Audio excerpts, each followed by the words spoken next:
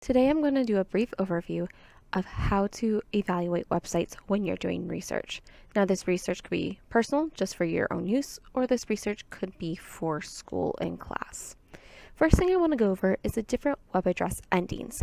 Now this is one of the first steps that you're going to use in evaluating the websites that you're coming across when you're doing a search using a search engine. The most common name for a web address is .com. Think of Amazon.com, eBay.com. .com stands for commercial. Anyone can have it, anyone can register for .com. .net stands for network. Once again, anyone can register. This used to be more common, but I'm not going to see it as often. And nowadays when you see a .net, it's probably an older site.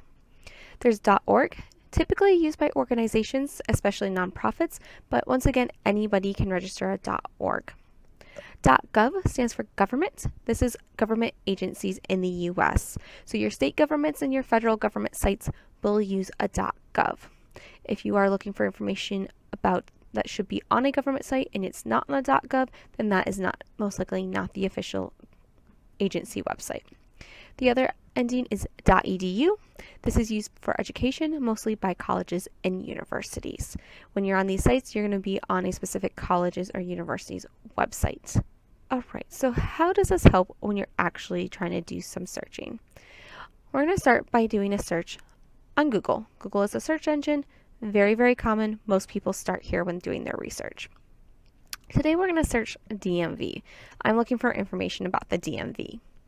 As you see, the first site that popped up is dmv.ny.gov.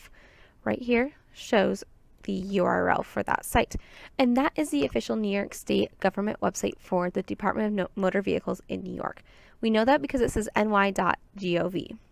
So most state government websites have the state name in the URL, and then they also have the .gov standing for government agency. Now if we scroll down a little further, we see dmvhandbook.org. .org stands for organization. This is not an official government site, so it's not an official DMV website. If we click on it, so how do you know if this is a site you want to use? You click on About. This is usually found either at the top or the bottom of the page. And for our purposes, important, it says, is not affiliated with any state, DMV, state government, or any government agency in any way. This is not an official site. This is not affiliated with the actual DMV. So it's just a source for information, but it's not your official source. So if you're actually looking for what the actual DMV site says, you want to go to the actual DMV site, not this site. You may find some good information here, but this is not the official site. And so that is step one in evaluating a website, is finding out who is the author of that website. Sometimes you can find some more information under the contact tab. If it doesn't provide you any information, maybe you want to go looking elsewhere. So the next thing you need to find out is there a date? How new is the information on this website? On this website, we didn't find a copyright date, which would usually be located all the way at the bottom of the page. If you look, I don't see any dates. But I see there are some articles here. So what happens if I click on the article? And then I want to see if there is any dates on those articles. And these articles aren't very recent, considering there are comments back from 2014. So if that was when this article was posted, it is no longer up to date. It is no longer current. This website is of no use if I need current and up-to-date information. Alright, so after looking for a date, the other thing you need to also find out is where is the information coming from?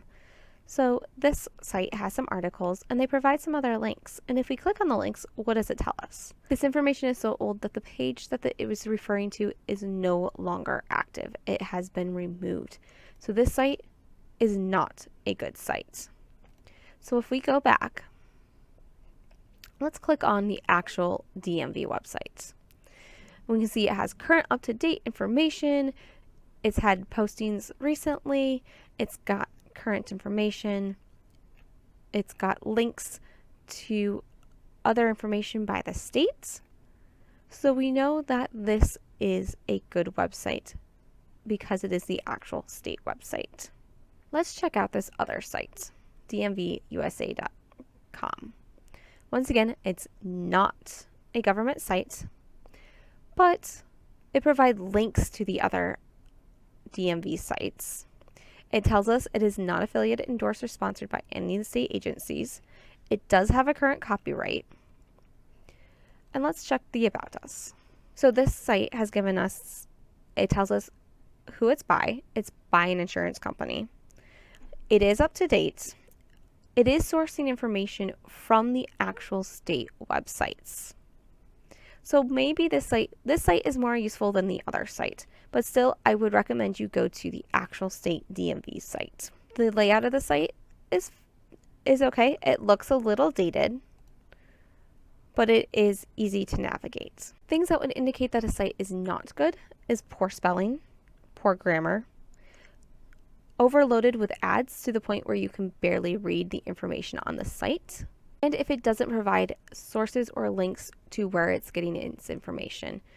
All of those things make a website less credible and less useful.